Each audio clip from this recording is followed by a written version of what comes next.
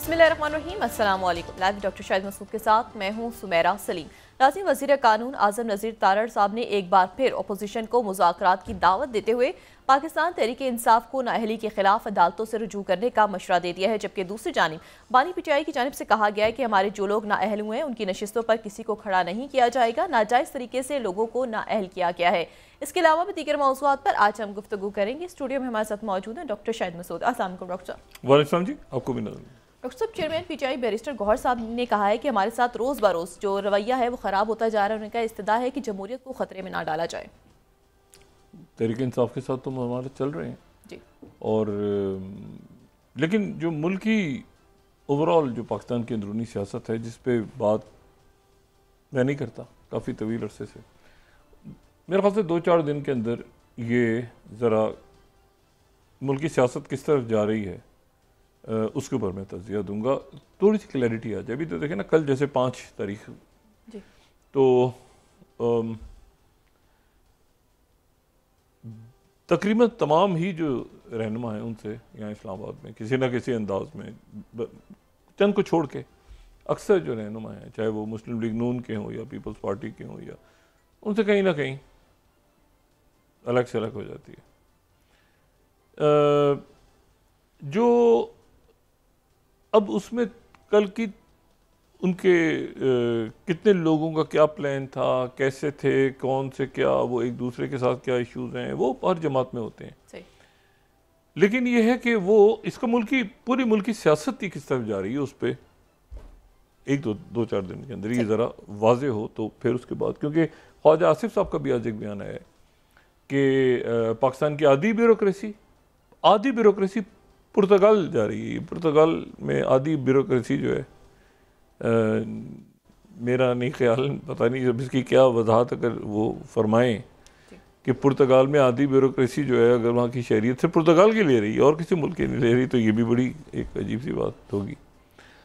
और दूसरी जो बात है वो ये जो हमारे इंतहाई मोहतरम अता तारड़ साहब ने आज बात की है मलिक रियाज साहब के हवाले से, तो ये तो बल्कि इस तरह होना चाहिए था। देखें, मलिक रियाज साहब के ऊपर अगर मामला है तो जिस तरह तहरीक इंसाफ के ऊपर सारी पार्टियां लाइन से बैठती हैं, ठीक है ना, अपने दिखाने के लिए कि भाई तहरीक हम कितने मतलब है कि इकट्ठे हैं और कितना ओवर है, तो मलिक रियाज साहब के ऊपर जो बात प्रेस कॉन्फ्रेंस सब आज बैठना चाहिए था सबको। अच्छा लगता ना, एक तासुर जाता कि भाई मतलब जरदारी साहब एक्शन ले रहे हैं, मतलब है कि सिंध हुकूमत की तरफ से प्रेस कॉन्फ्रेंसें होती 4-5, मतलब एक यकजहती नज़र आती है हमें मलिक रियाज साहब के मामले पे। मुस्लिम लीग नून के कायदीन हमें नज़र आते हैं, मतलब सब एक होता है ना, तो मतलब वो नज़र आते हैं। तो और वो तो कुछ इसमें कुछ मज़ा नहीं आया। सही। मतलब इन सबको इकट्ठे, जिस तरह ये पीटीआई के बारे में बात करते हैं, सब इकट्ठे होते हैं ना, तो अब इसमें कहीं पीटीआई भी, इमरान खान साहब का भी तो चल रहा है ना, वो मलिक रियाज साहब का एक मामला, लेकिन यहाँ पर एक सब होते हैं ना, एक फूलों का गुलदस्ता हमें नजर आता कि वो मलिक रियाज साहब के खिलाफ एक प्रेस कॉन्फ्रेंस करके कहते हैं कि हमने इतना बड़ा काम करने जा रहे हैं, तो हम सारे जो हैं उसमें इकट्ठे हैं और मलिक रियाज साहब के साथ इकट्ठे हैं। जरदारी साहब होते हैं, शहबाज शरीफ साहब, नवाज शरीफ साहब, सारी शख्सियात होती हैं, लेकिन वो नहीं है। तो अब हो सकता है कोई वजूहत हो सकता है कोई वजूहत हो सकता है मैं ऐसे ही कोई बात कर रहा हूँ, और हो सकता है वो करें, ये हो सकता है ना करें, लेकिन अच्छा लगता है ना। अता तारड़ साहब भी 1 अरब की मनी लॉन्ड्रिंग मतलब है कि अच्छा 1 अरब की मनी लॉन्ड्रिंग हुई है पाकिस्तान से। अच्छा, तो ये अगले चंद दिनों में, और फिर उन्होंने ख्वाजा आसिफ साहब ने बात क्यों की है, ये बड़ी इंपॉर्टेंट बात है। फिर उन्होंने कहा कोई वर्क नामी शख्स है जो ये करता है, उनके पास होता है डिटेल्स हो, डाटा हो, लेकिन एक मुल्क में और 50% ब्यूरोक्रेसी, तो फिर ये थोड़ी सी जो है, ख्वाजा आसिफ साहब इनसाइडर हैं, पुराने पॉलिटिशियन है, मैं उनकी बात को चैलेंज नहीं कर रहा, लेकिन मुझे कुछ इसमें जो होता है कि सिर्फ पुर्तगाल में क्यों, बाकी मुल्कों में क्यों नहीं। तो ये ज़रा इसमें क्लैरिटी ज़रा आ जाए चंद दिनों में, तो हम जो है वो देखेंगे कि कैसे मामला आगे किस तरफ जा रहे हैं। रियासत के अलग हैं और हुकूमत के अरेंजमेंट के अलग हैं। दूसरी जो बात है वो ये है कि तेज़ी के साथ वाक़यात हो रहे हैं और इतनी कशीदगी इस वक्त फैली हुई है पूरे ख़ित्ते और पूरी दुनिया में कि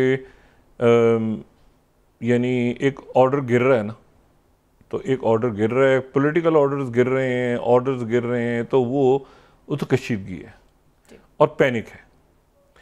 अच्छा, शुरू अभी ये जो भारत पे 50% टैरिफ हो गए, तो उस पर बाद में बात करते हैं, लेकिन ज़रा शुरू करते हैं स्टीव विटकॉफ, जो कि प्रेसिडेंट ट्रंप के नुमाइंदा खुसूसी, बहुत से मामलों को वो देख रहे हैं। अब तो देखें ना, हुतीज़ के साथ भी उन्होंने बात की, फिर वो जो है वो आज वो मॉस्को पहुँचे, इसके अलावा वो गज़ा, इसराइल, फ़लस्तीन, ये सारे मामला भी देख रहे हैं। तो अब ये है कि वो जो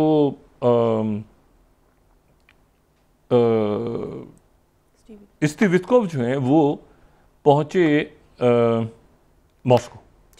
अच्छा, मॉस्को पहुँचने के बाद उनकी पहले तो एक तस्वीर वहाँ से मॉस्को से किरिल दिमित्रिव के साथ जो है वो रिलीज़ हुई।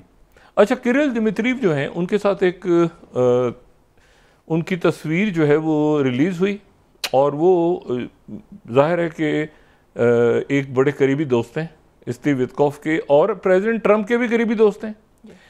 अच्छा, ये वही हैं जो कि रशिया की इन्वेस्टमेंट, जो रशिया का इन्वेस्टमेंट फ़ंड है उसके ये सरबराह हैं। ये पड़े अमेरिका में, पैदा कीव में हुए थे, मतलब इनकी ये बड़े ज़बरदस्त, और प्रेसिडेंट पुतिन के बहुत करीब हैं और प्रेसिडेंट ट्रंप से भी इनकी दोस्ती जो है ये 2016 के बाद बहुत ज़्यादा हो गई।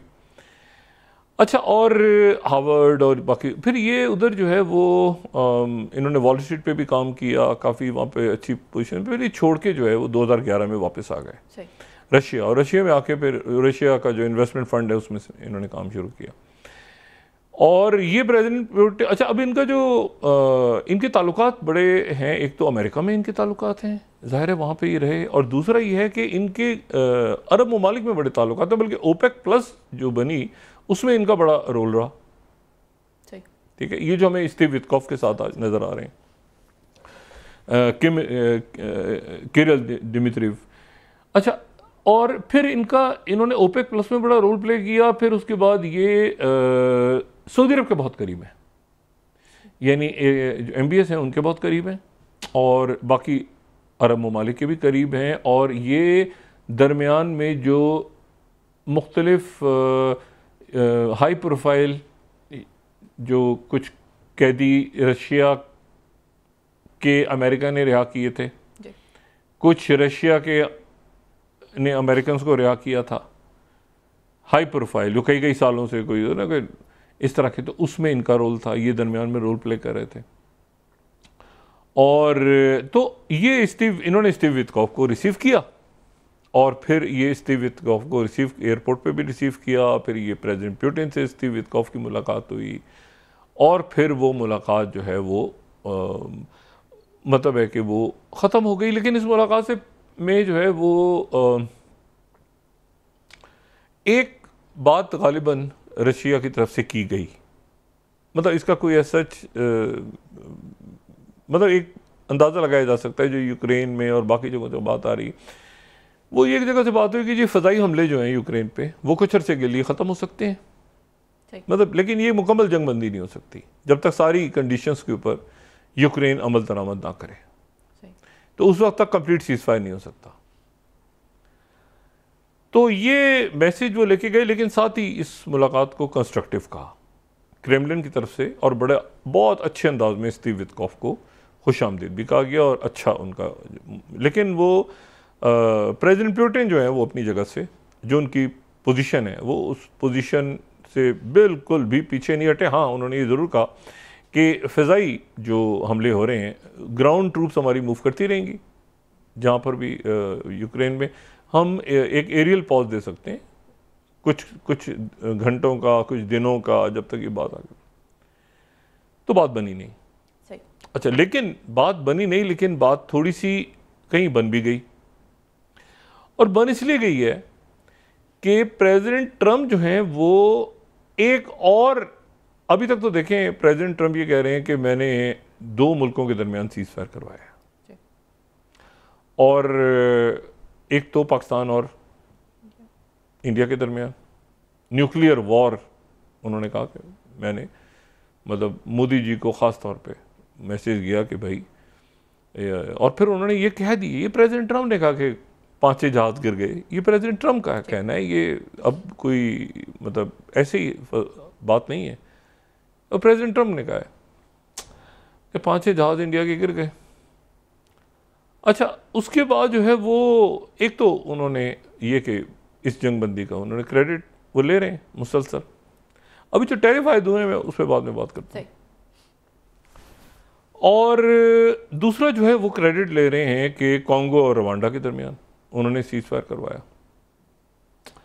तीसरा वो जुम्मे को एक बहुत अहम मुआहदा करवाने जा रहे हैं, और ये मुआहदा जो है, ये मुआहदा ये जो आज़रबाईजान के जो अलियव, जो हमारा बिल्कुल ब्रादर मुल्क है आज़रबाईजान, बहुत हमारे तो उनसे स्ट्रेटेजिक ताल्लुकात हैं आज़रबाईजान से। आज़रबाईजान के सदर से वो प्रेसिडेंट ट्रम्प जुमे को मुलाकात कर रहे हैं, लेकिन उसके साथ ही वो वाशिंगटन में होंगे। आज़रबाईजान के सदर, आज़रबाईजान के सदर जो हैं वो वाशिंगटन में होंगे, लेकिन उनकी जो मुलाकात प्रेसिडेंट ट्रम्प करवाने जा रहे हैं वो आर्मीनिया के पाशियान से करवाने जा रहे हैं।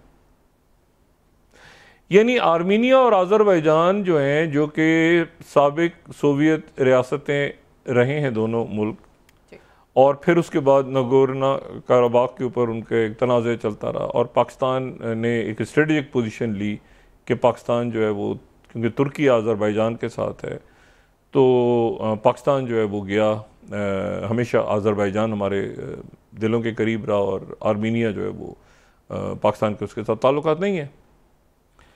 अब प्रेसिडेंट ट्रम्प जो है वो मुआहदा करवाने जा रहे हैं, अमन मुआहदा दोनों आर्मीनिया और आज़रबाईजान के दरमियान। ये काम तो प्रेसिडेंट पुतिन भी कर सकते थे, बड़ी आसानी से कर सकते थे। ये काम तो प्रीमियर शी जिनपिंग भी कर सकते थे। ये एरिया ऑफ इन्फ्लुएंस तो इधर का है ना, यहाँ का एरिया ऑफ इन्फ्लुएंस है ना भाई, आज़रबाईजान आर्मीनिया के दरमियान। इनकी मुलाकात होती रही इधर उधर, तुर्की में, इधर दाएं बाएं आगे पीछे सारे। तो वो जो है वो यूएई में भी मुलाकात हुई दोनों रहनुमाओं की, मगर वो बड़ा एक पुरानी हिस्टोरिकल एक है सिलसिला। तो वो आज़रबाईजान और यानी सोवियत रियासतें तो रहे, लेकिन यह है कि उससे हटके भी एक इनके, मैंने चूँकि इनकी वॉर देखी है तो चंद रुथलेस जो इस तरह की जो जंगें होती हैं ना, उनमें से एक आज़रबाईजान और आर्मीनिया के दरमियान थी। तो एक वो मतलब है कि नगोर्नो कराबाख से हटके भी पुरानी एक हिस्ट्री है कौमों के दरमियान। अब जनाब जुमे को इनकी एक पीस एग्रीमेंट साइन हो रहा है, प्रेसिडेंट ट्रम्प करवाने जा रहे हैं आर्मीनिया और आज़रबाईजान का, और ये मुमकिन नहीं है कि ये रशिया और चाइना की नोट के बगैर प्रेसिडेंट ट्रम्प को ये यानी जो रशिया नहीं करवा सका, जो चाइना नहीं करवा सका इस रीजन में, वो प्रेसिडेंट ट्रम्प को एक तोहफा पेश किया गया कि आप एक और, दिसंबर में है ना नोबेल प्राइज़ का, दिसंबर में फैसला, तो नोबेल प्राइज़ जो है आप एक और अमन मुआहदा जो है उनके पास चला गया। यानी आज़रबाईजान और आर्मीनिया के दरमियान तारीखी जंग तो जीत चुका है आज़रबाईजान, नगोर्नो कराबाख की, वो मामला सारे तय भी हो गए, लेकिन अमन मुआहदा जो है वो दोस्ती उनकी करवाने जा रहे हैं। प्रेसिडेंट ट्रम्प व्हाइट हाउस में खाना खिलाएंगे, उसके बाद वो ऐलान करेंगे, उसके बाद वो ऐलान करेंगे कि देखें ये दो मुल्क जो बिल्कुल पूरी दुनिया इनको पिछले 40 सालों से इनके दरमियान अमन नहीं कायम कर सकती, कि वो मैंने करवा दिया। उसके बाद कि वाह वाह सुभान अल्लाह, मजीद नोबेल प्राइज।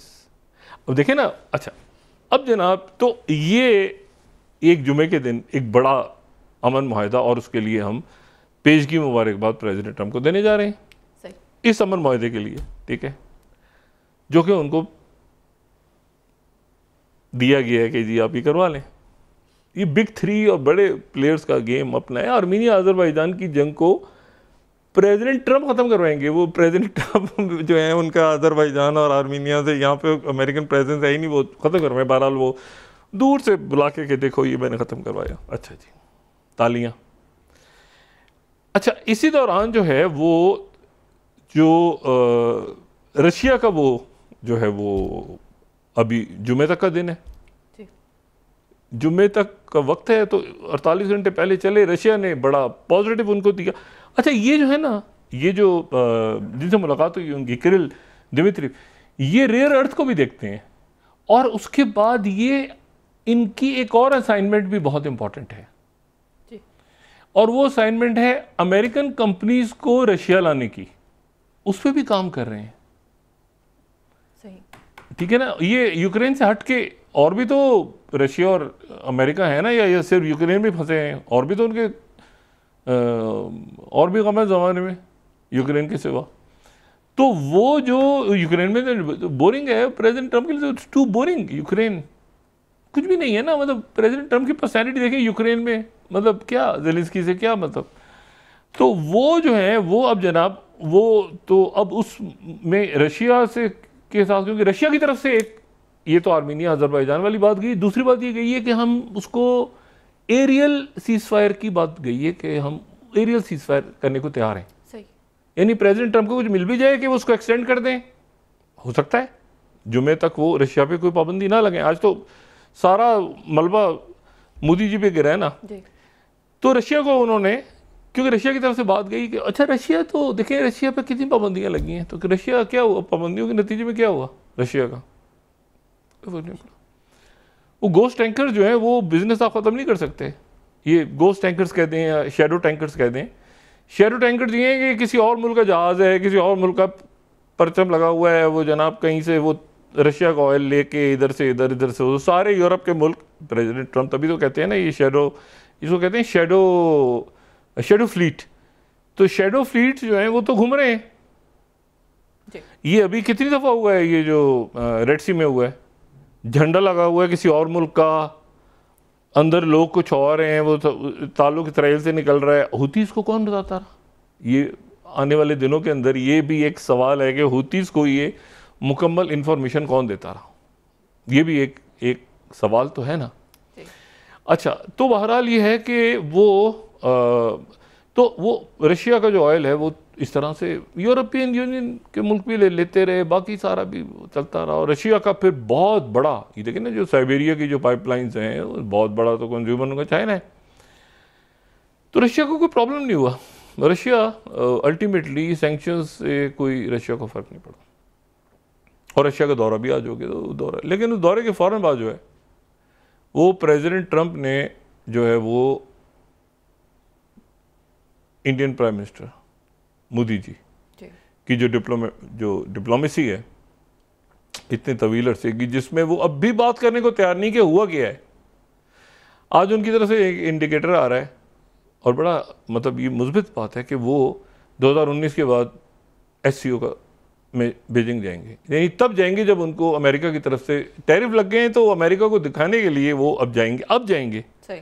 अगर कल को टैरिफ खत्म हो गए तो फिर वो वापस चले जाएंगे अमेरिका की तरफ, लेकिन टैरिफ जो लग गए तो वो चाइना की तरफ जा रहे हैं, और अगर टैरिफ खत्म हो गए तो अमेरिका की तरफ चले जाएंगे। ठीक है, तो ये जो है ये बड़ी एक इंटरेस्टिंग बात है। अच्छा, अजीत डोवाल जो है वो शायद मॉस्को, लेकिन मॉस्को में वो पहुंच के मॉस्को में क्या उन्होंने करना है, वो टैरिफ तो मॉस्को पे नहीं लग रहा है, वो प्रेसिडेंट ट्रंप और पुतिन की डायरेक्ट बातचीत है। वो जो भी उसमें यूरोप भी है सारा, ये भी वो भी, तो अब उसमें ये उधर गए बातचीत करने की, जी आपकी वजह से हमारा ऑयल, तो वो ऑयल यही तो इल्ज़ाम है, तो इसके ऊपर क्या होगा? अब चाहे जयशंकर जी भी जाएंगे मॉस्को, तो उससे क्या होगा भाई? वो क्या कहेंगे? मॉस्को ने तो नहीं लगाया ना टैरिफ, मॉस्को कहेगा हमसे, हम ऐसा करो ना, अमेरिका ने पाबंदी लगा दी है तेल पे, तो झुकना नहीं है, डरना नहीं है, और तेल खरीदो ना, और लो ताकि अच्छा मैसेज आए प्रेसिडेंट ट्रंप को, ये और लो। कैसा होगा? देखें ना, ये अजीब सा सिनेरियो हो गया खड़ा। और इस पूरे सिनेरियो में जो बड़ी एक इंटरेस्टिंग डेवलपमेंट है वो ये है कि जो चाइना की तरफ से, चाइना के जो एक्सपर्ट्स जो बात करते हैं और उनके जो लोग मीडिया पे आते हैं, या जो मेन स्ट्रीम, चाहे वो इंडिया का मीडिया हो या पाकिस्तान का हो या अमेरिका का हो या दुनिया भर में जहाँ पर भी चाइना के एक्सपर्ट्स आते हैं, तो वो उनकी जो चाइना की स्टेट पॉलिसी के मुताबिक ही वो बात करते हैं। वो बात करते हैं जो स्टेट पॉलिसी के मुताबिक होती है। अब थोड़ी देर पहले जनाब वो इंडियन एक्सप्रेस को चाइनीज़ एक्सपर्ट्स ने बाकायदा एक कहा कि जी ये एक हमारी तरफ से आप खबर लेके इसको छाप दें। खबर जो है वो है ये 27 Pakistan will not develop closer ties with US at the cost of China. China को इल्म है कि जो, क्योंकि ये फपा कुटनी वाला रोल प्ले करने की कोशिश हुई है ना बीच में, एक मोहल्ले की बुआ होती है ना, फपा कुटनी की लड़ाई करवा दो पाकिस्तान को, उनको जाके कुछ चुगली करो, पहले अमेरिकन को चुगली करो, देखें जी हमारी मदद करें, वो चाइना के खिलाफ देखें ना, आप हैं ना, मोहल्ले की होती है ना फपा कुटनी, एक होती है ज़रूर। अब उसको फपा कुटनी कहते हैं, कोई कुछ होती ज़रूर है, वो इधर की उधर चुगली, उधर की उधर चुगली। अच्छा, ख़ानदानों में लड़ाइयाँ, वो पड़ोस में क्या हो रहा है, अच्छा उधर क्या हो रहा है, वो सामने मोहल्ले में क्या हो रहा है, अच्छा वो जी देखिए वो चाइना के साथ जा रहे हैं, आप मदद करें, हमारी मदद करें, वो जल्दी करें, अच्छा जी अमेरिका के स्ट्रेटेजिक पार्टनर, अच्छा वो जी देखें चाइना, देखें वो तो अमेरिका का दौरा।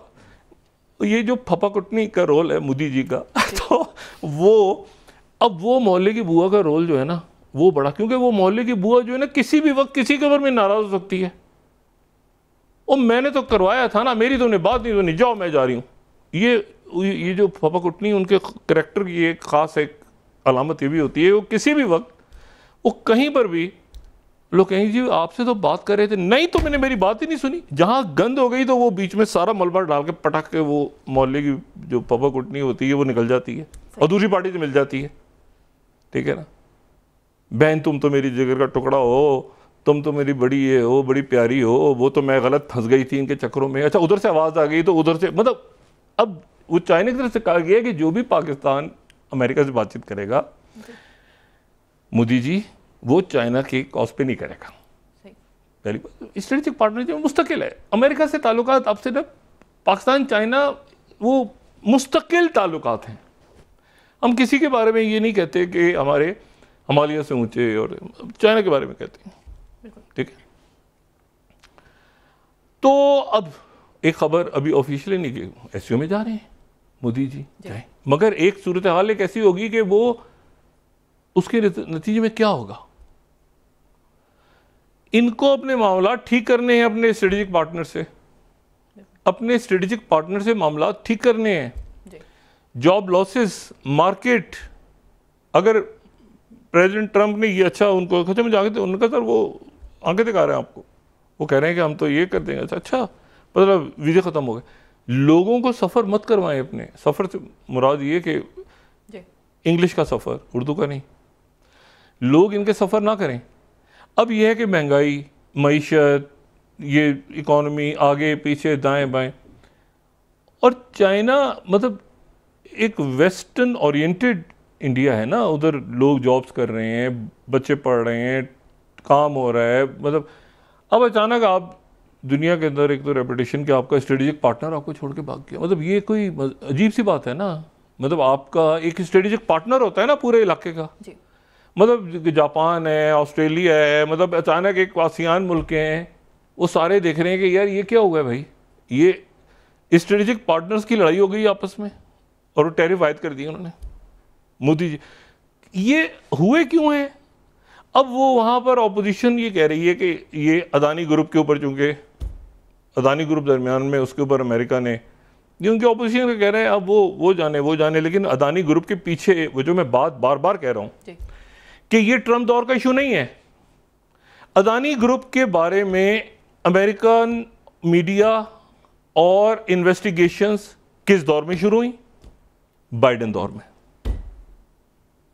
अदानी ग्रुप की अगर ऐसी तैसी फेरी गई है, वो पता नहीं किस नंबर से उठा के कहाँ पर वो दुनिया के दौलतमंदों में अदानी ग्रुप आ गया, पोर्ट्स उनकी ख़त्म हो गई, मुआहदे उनके। अदानी ग्रुप एक टारगेट किसने बनाया? बाइडेन दौर ने बनाया है। जो मैं बार बार बात कह रहा हूँ, ये ट्रम्प दौर का इशू नहीं, ये कंटिन्यूटी पैटर्न को रीड करें। जो इंडिया के लोग हैं वो उसको समझें कि ये पैटर्न कैसे चल रहा है अदानी ग्रुप का। ट्रम्प ने तो आके तो अदानी का नाम भी नहीं लिया, ये तो उनकी ऑपोजिशन ने आज नाम दिया, लेकिन ये एक पैटर्न चल रहा है। अच्छा, अब जो है इसमें जो है वो 50% उन्होंने जनाब लगा दी, ये 28 तारीख तक होंगे।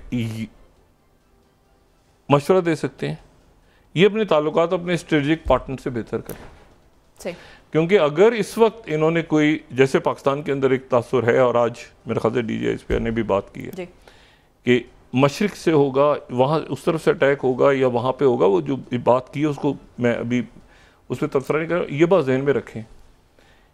इस वक्त ये बिल्कुल तना है, और कोई अगर ज़रा सी भी ऊंच नीच हुई किसी किस्म की, तो उस वक्त इस वक्त ना चाइना को पता है कि ये हमारे साथ है, ना जो है तुर्किया को पता है, ना अमेरिका को पता है, ना इनको पता है, ना उनको। तो ये जो है ज़रा और अपनी इकॉनमी को संभालें, मतलब इकॉनमी को तो संभल जाएगी, बड़ा मुल्क है, अच्छे टैलेंटेड, अपने स्ट्रेटेजिक पार्टनर से अपने ताल्लुकात ठीक करें। ब्रेक के बाद डॉक्टर साहब डिस्कस कर लेते हैं।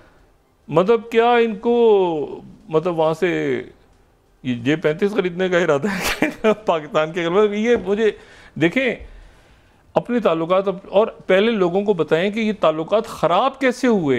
ये मैं बार बार बात कह रहा हूँ ना, ये छोड़ दें ट्रम्प को गालियाँ देना, अपने लोगों को बताएं, 3 4 5 लोगों को जो जिनको पता है कि आखिर अमेरिका से ताल्लुकात कब से ख़राब होने शुरू हुए, ट्रम्प 1.0 से, पूरा बाइडेन दौर, और ट्रम्प 2.0 से, ठीक है ना, ये कंटिन्यूटी है ना जी। ये राहुल गांधी ने आज जो बात की है ना अदानी, ये तो बाइडेन दौर का है, तो ये ट्रम्प का क्या ताल्लुक है अदानी ग्रुप से? ये ताल्लुकात जो हैं इसको ये बेहतर बनाने की कोशिश करें, और उसके बाद एक अमन मुआहदा और करवाने जा रहे हैं। लेकिन दुनिया की नज़र जो है वो आज़रबाईजान और आर्मीनिया पे नहीं है, दुनिया की नज़र है गज़ा पे जी, कि गज़ा, जियो पॉलिटिक्स ने जन्म लेना है गज़ा से। तो वहां पर प्रेसिडेंट ट्रम्प क्या कर रहे हैं, वक्फा लें, वहां पर जरा बात करते हैं जी। नाज़रीन वापस आते हैं एक छोटे से ब्रेक के बाद।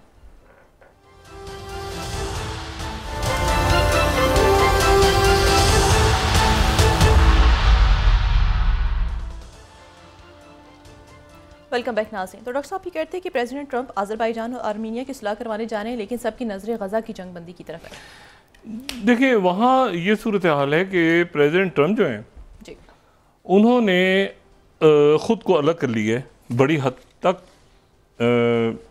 जो जंगी मसाइल, जो जंग वहाँ पे या जो जहरीत है इसराइल की, उससे उन्होंने अपने आप को पीछे कर लिया। और वो उन्होंने जो ताज़ा तरीन बात उन्होंने की है वो उन्होंने की है कि मैं इंटरेस्टेड हूँ गज़ा में जो इमदादी काम हो रहे हैं उसमें, और उसमें मैं इंटरेस्टेड हूँ अरब ममालिक के साथ, यूरोप के साथ और दीगर दुनिया जो वहाँ पर गज़ा के अंदर जो लोग हैं। और उसमें गज़ा ह्यूमैनिटेरियन फाउंडेशन को भी उन्होंने डम कर दिया खामोशी से। उन्होंने कहा कि मैं बाकी जो तंजीमें हैं उनके साथ, ये गज़ा में जो गज़ा के लोग हैं उनकी इमदाद के लिए और बाकी चीज़ों, तो उसमें, और उन्होंने नाम नहीं लिया, लेकिन वो दरमियान में अक़वाम मुत्तहिदा और हिलाल अहमर, इन सारी तंजीमों और अरब ममालिक और बाकी पाकिस्तान की तरफ से जो एड जा रही है गज़ा में, उसकी तरफ वो चले गए। और उन्होंने ये कहा है कि ये जो जंग का फैसला होगा ये सारा का सारा जो है ये नेतन्याहू करेगा। सही। मतलब मेरा जंग से कोई ताल्लुक नहीं है, अब जो कुछ करना है नेतन्याहू करेगा, और अमेरिका पीछे हट गया, जंगी सपोर्ट से पीछे हट गए, जो भी कुछ फैसला होगा वो नेतन्याहू करेगा। उनकी सिक्योरिटी कैबिनेट का इजलास होना था कि गज़ा को ऑक्यूपाई करें, क्या करें आगे, वो उससे पीछे हट गए। और गज़ा में मुसलसल जो है अब जो अमवात हो रही हैं वो अमवात हो रही हैं जो लोग फाक़े से थे। और आपने देखा होगा वो एरियल फुटेज वगैरह, लोग वहाँ से कुछ ड्रॉप कर रहे हैं सामान, कुछ उतर रहे हैं, कुछ जा रहे हैं, कोई इंटरव्यू, आहिस्ता आहिस्ता गज़ा खुल रहा है, लोग आना जाना जा रहे हैं, ट्रक भी आ रहे हैं जा रहे हैं। तो वो जो है वो जिस दिन से ख़त लिखा है 600 लोगों ने जी, और आर्मी चीफ ने मानने से इनकार कर दिया अहकामात को। अच्छा, अब उसमें ये हुआ है कि एक मौसूफ हैं जिनका नाम है यायर। यायर जो है वो नेतन्याहू ने के 3 अज़वाज में से दूसरी जो उनकी बीवी, उनका बेटा है ये यायर। और यायर जो है ये जो है ये इसके मुख्तलिफ केसेस भी चल रहे हैं, अमेरिका में रहता है और बड़ा right wing extremist Zionist mindset है। तो वो जो है वो एक्टिव भी होता है काफ़ी इसके ऊपर, एक्स के ऊपर। तो वो वहाँ पर उलझ गया है। ये इब्रानी ज़बान में उसके ट्वीट्स हैं और वो उलझ गया है। अब ये इब्रानी ज़बान में है तो मैं वहीं, लेकिन ये वो उलझ गया है कि ये जो है ये जो है वो बहुत बुरी तरह से उलझ गया है इसराइल के आर्मी चीफ जनरल ज़मीर से। सही। और उसने कहा है कि तुमने जो है वो मेरे बाप का तख्ता उलटने की तुम कोशिश कर रहे हो, तुम मेरे बाप के खिलाफ बगावत कर रहे हो और तुम जो हो वो तख्ता उलटने की कोशिश कर रहे हो, बगावत की कोशिश कर रहे हो और मेरे बाप को मारने की कोशिश कर रहे हो। सही। अच्छा, वो जो आर्मी चीफ हैं जनरल ज़मीर, उसने भी वो भी एक्स के ऊपर, वो भी इब्रानी ज़बान में उसने जवाब देना शुरू कर दिया कि तुम कौन हो, तुम्हारी हैसियत क्या है मुझसे बात करने की, और तुम कौन हो, किस अंदाज में बदतमीजी कर रहे हो। ठीक है। अच्छा, इधर से नेतन्याहू ने शिनबेत विनबेत को कहा कि बच्चे की सिक्योरिटी बढ़ा दो। अच्छा, और दरमियान में अभी बहस चली रही थी तो नेतन्याहू खुद जी, वालिद ग्रामी, वो नेतन्याहू कूद गया बीच में और उसने अपने आर्मी चीफ से कहा कि तुम मेरे बेटे को धमकियां लगा रहे हो, फौज के सरबराह मेरे तो ये एक्स के ऊपर एक पूरा इब्रानी ज़बान में एक फड्डा पड़ा हुआ है, ठीक ठाक फड्डा है। और वो फड्डा जो है वो इतना ज़्यादा हो गया है कि वो ये आपस में बेटा जो है वो अपने बाप के लिए फ़ौज को गालियाँ दे रहा है और बाप कूद गया बीच में, वो फ़ौज के सरबराह को गालियाँ दे रहा है।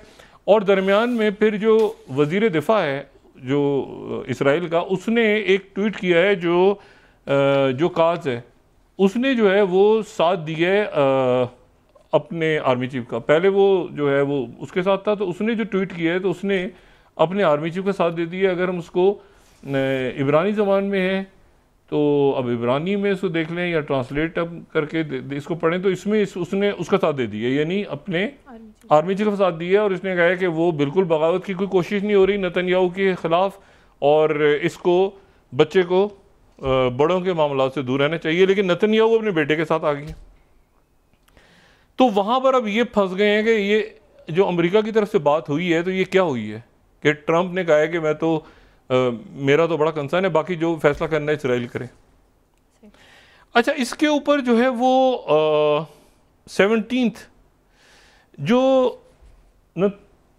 हाज ने इसके ऊपर तबसरा लिखा है, वो ये लिखा है कि Netanyahu attacks his top general as he runs out of scapegoats for Gaza failure. यानी वो स्केप गोट ढूंढ रहा है कि अपने आर्मी चीफ पे, फौज पे मलबा डाल दे। फौज तो वो करती रही है जो कि नेतन्याहू ने कहा है। अच्छा, फौज में ये भी नहीं कि ये कहा है, आधी से ज़्यादा फौज तो पागल हो गई है क्योंकि टॉर्चर तो उन्होंने किया है।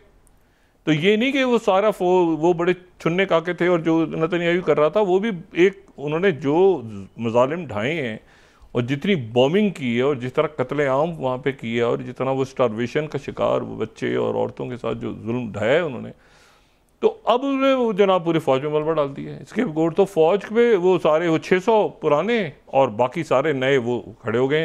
अब इसको समझ नहीं आ रही कि मैं गजा को ऑक्यूपाई करूँ तो मैं किससे कहूँ। इसने उसको कहा नहीं, उसको ये जो ट्वीट पे एक्स पे हो रहा है, उसने कहा मैं तुम्हें बरतरफ कर दूंगा, मैं तुम्हें हटा दूंगा, तो मेरे बेटे को धमकियाँ दे रहे हो। उसकी हमायत में वज़ीर दिफा आ गया वहाँ का, वो कह रहा है कि ये तो कोई हुई और मैंने रिकमेंड किया था और ये मेरे साथ था और वगैरह वगैरह वगैरह, और ये कि जो है ये बड़ी सक्सेसेस की हैं और ये और आर्मी चीफ का एक राइट है। अगर इंग्लिश में इसको करेंगे ना, इसको जो भी लोग देख रहे हैं तो इंग्लिश में ट्रांसलेट करें, को अंदाज़ा होगा कि कितना वहाँ पे पेचा पड़ा हुआ है बीच में सबका।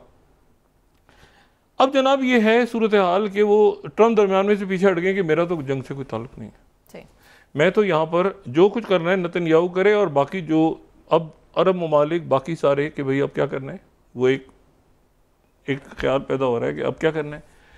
नेतन्याहू ने सिक्योरिटी काबीना बुलाई, काबीना बुला के वो जो है, अच्छा ये जो लिखा है ना इसने वजीर दिफा ने, उसने आखिर में, अगर मैं इसको ट्रांसलेट करूँ इब्रानी ज़ुबान से, it is the right and duty of the chief of staff to express his position in the appropriate forums and after decisions are made by the political leadership, the IDF will execute them with determination and professionalism. वो अच्छा वो तो बना कर चुका है. As a defense minister responsible for the IDF on behalf of government, I must ensure that these things are carried out and so it will be. क्योंकि दुनिया भर में तमाशा हो गया है ना कि ये तो फ़ौज के अंदर एक फ़ौज ने बगावत कर दी है, हुकूमत की, अच्छा वो की हुई है. अच्छा इसके ऊपर जो है अरब न्यूज़ सऊदी अरेबिया वो रिपोर्ट ये कर रहा है कि Israeli military chief 18th military chief pushes back on expanding Gaza war sources से. ज़ाहिर सोर्सेज की तरफ से खबर अरब न्यूज़ दे रहा है कि भाई वहाँ पर वो मिलिट्री चीफ पीछे हट गए और फौज पीछे हट गई है. अब देखें ना, पहले अटॉर्नी जनरल फिर फौज. मैंने कल बात की, मैं मानने को नहीं तैयार कि सेंटकॉम के बगैर उनकी फौज ये काम करे, या उनके डीप स्टेट के बगैर उनके 600 लोग, या अमेरिका के आंख मारे बगैर किसी के वो 600 लोग सारे साबिका शिन बेत और मोसाद के लोग, इतना उनमें मोहब्बत जाग जाए फ़लस्तीनियों के लिए कि वो ख़त लिख रहे हैं कि जी आप ये जुल्म ना ढाएँ और हमें, वो ख़ुद कत्लेआम के अंदर माजी में हिस्सा रहे हैं इतने सालों में. तो शिन बेत मोसाद और वो सारे के सारे जी हम तो कह रहे हैं कि इसको बंद करो, जंग हार गए, फलाना दिमाग आँख मारी किसी ने, और वो किसने आँख मारी है वो छोड़ दें, लेकिन अमेरिका की तरफ से ये नहीं कि वो अमेरिका से लड़ गए सारे, ऐसा कुछ भी नहीं है. तो वो अब ये नेतन्याहू दरमियान में स्केपगोट ढूंढ रहा है और साथ ही दरमियान में स्केपगोट ढूंढ रहा है. आज इसने ऐलान करना था, वो ऐलान कल करना था, कल से वो आज ले को कर दिया उसने, आज से वो कल. स्टीव विटकॉफ आराम से उधर पुतिन से मिले हैं और देखना ये है कि पुतिन के ऊपर, रशिया के ऊपर प्रेसिडेंट ट्रंप क्या जो है वो पाबंदियां लगाते हैं या नहीं लगाते. चाइना ने जो उनकी विक्ट्री परेड हो रही है उस विक्ट्री परेड में हमेशा की तरह उन्होंने फ्लाइंग टाइगर्स को बुलवा लिया है. वो फ्लाइंग टाइगर्स हमने चंद रोज़ पहले जिक्र किया था. फ्लाइंग टाइगर्स जो कि दूसरी जंग अजीम में अमेरिका के पायलट्स थे जो कि जापान से लड़ने के लिए खामोशी से पहुंचे थे और काफ़ी अरसे तक उन्होंने बड़ा एक इम्पॉर्टेंट रोल प्ले किया था. और वो हम फ्लाइंग तो उनके जो अब जो उनकी फैमिलीज़ हैं उनमें से तो शायद कोई ज़िंदा नहीं है, तो उनकी जो फैमिलीज़ हैं उन फैमिलीज़ को बुला लिया चाइना ने और उनको as a guest of honour और बाकी सारा. तो चाइना और ने अमेरिका को ये भी मैसेज भेजा है इस वक्त के भाई मतलब है कि वो 3 बीज जो है ना, बिग बीज, वो अभी तक बहुत सारी जगहों पे एक हैं, लेकिन बीच में जो पहला मलबा गिरा है वो गिरा है मोदी जी पे, और वो ट्रम्प ने नहीं गिराया, वो एक अरसे उसका पैटर्न है. देखें आज ये जो बात उनकी अपोजिशन ने की है ना अदानी वाली, ये मुझे बताएं कि अदानी स्टार्ट कब हुआ था. ये तो बाइडेन दौर में हुआ था ना, और एक फ्रंट पे नहीं हुआ था बाइडेन दौर में. बाइडेन दौर में एक वो कत्ल की FIR कट रही हैं, वो हो रहा है, साथ ही अदानी ग्रुप के ऊपर तहकीकात शुरू हो रही हैं, उसको दुनिया सारा मगरबी मीडिया उठा रहा है. ये सिर्फ और सिर्फ पता है कि जी न्यूयॉर्क टाइम्स को, वाशिंगटन पोस्ट को, इनको उनको गालियाँ देके कुछ नहीं होता. बात सारी ये है कि ये इनको इल्म होना चाहिए कि वो कौन सा वक्त था जब इनको अंदाज़ा हुआ कि अमेरिका हमारे साथ नहीं. वो अमेरिका जो टेक्नोलॉजी देने की बात कर रहा था, जो अमेरिका से कह रहे थे कि हमसे टेक्नोलॉजी दें, वो टेक्नोलॉजी, वो कोई गाड़ी का पहिया नहीं, सेमीकंडक्टर्स इंतहाई सेंसिटिव, वो निकल रहे हैं रशिया के पास से. अमेरिका का ये एलिगेशन देखा, आप देखें ना ये सूरत हाल. टेक्नोलॉजी ट्रांसफर भी तो एक बड़ी आज की दुनिया में बड़ी एक, वो उन्होंने वो इल्ज़ाम लगा दिया यूक्रेन ने कि वो जो यहाँ से सामान मिला है, जो मैंने कल बात की, उसके ऊपर अभी ये अपने मामलात को ठीक करें फौरी तौर पे, और मामलात को ये कि स्ट्रेटेजिक पार्टनर इनके जो हैं उनके साथ मामला ठीक करें. और अगर ये समझते हैं कि स्ट्रेटेजिक पार्टनर से बिल्कुल हटके ये चाइना की तरफ चले जाएंगे और चाइना के साथ चले जाएं, लेकिन सोच समझ के जाएं. देखें ना, हर मुल्क अपनी खुद, पाकिस्तान भी जो पॉलिसीज इख्तियार कर रहा है इस वक्त, वो तो चाइना ने कह दिया. चाइना ने इंडिया से कहा, उन्होंने कहा जी देखें ना ये हो रहा है. उन्होंने कहा नहीं, पाकिस्तान की कॉस्ट पे इंडियन एक्सप्रेस पे भी पूरा छाप दिया उन्होंने कहा अमेरिका से, सारी दुनिया से जो मुल्क बात करे सो करे, लेकिन ये है कि वो पुतिन भी तो कर रहे हैं ना बात, तो वो चाइना की कॉस्ट पे नहीं, चाइना की खुद बात करें. उनकी खुद बात हुई है कई दफ़ा। तो वो पाकिस्तान जो है वो अमेरिका की कॉज के ऊपर, इसके ऊपर आप फिक्र ना करें। आपने जो मामलात हमारे साथ करने हैं वो आप आएँ और तय कर लें आके, मगर उसका नतीजा क्या निकलेगा कि स्ट्रेटेजिक पार्टनर इंडिया बनाने की कोशिश कर रहा है, अपने स्ट्रेटेजिक पार्टनर को धमकियां दे रहा है कि अगर तुमने मेरे साथ ऐसे किया तो मैं उधर चला जाऊंगा, और अगर फैसला वापस ले लो तो मैं वापस आ जाऊंगा। तो ये इसको बड़ा सोच समझ के जो है, जो भी यहाँ से आगे बढ़ें सारे वो ज़रा सोच समझ के बढ़ें और इस पैनिक में कोई गलत काम ना कर लें जिसका एक अंदेशा पाया जा रहा है कि इस वक्त पैनिक में आके कोई नया पैनिक बटन ना दबा दें कि वो प्रेसिडेंट ट्रंप को बाद में कहे। वो प्रेसिडेंट ट्रंप अभी तो कह रहे हैं ना कि मैंने जंगबंदी करवाई थी, तो बाद में प्रेसिडेंट को कह के नहीं, हमने तो देखें ये तो हमने नहीं की, और इस तरह की कुछ शरारत के इम्कानात हैं। तो बहरहाल ये है कि होना नहीं चाहिए, लेकिन एक अंदेशा यहाँ पे मौजूद है पाकिस्तान में। तो मेरा ख्याल है कि ये अपने ये ठीक करें। आर्मीनिया अज़रबैजान जो है उनके दरमियान प्रेसिडेंट ट्रंप जुम्मे के दिन जो है वो सुलह करवाने जा रहे हैं, और इस नेतन्याहू को समझ नहीं आ रही, ना नेतन्याहू को समझ आ रही है, 3 लोगों को समझ नहीं आ रहा कि हम कहाँ पे हैं, हमारा क्या बनेगा, जेलेंस्की, मोदी जी और नेतन्याहू। जी बहुत शुक्रिया डॉक्टर साहब। अपना दोस्तों रिश्तेदारों दोनों वाकिफ होगा, सबका ख्याल रखिएगा। अल्लाह हाफ़िज़।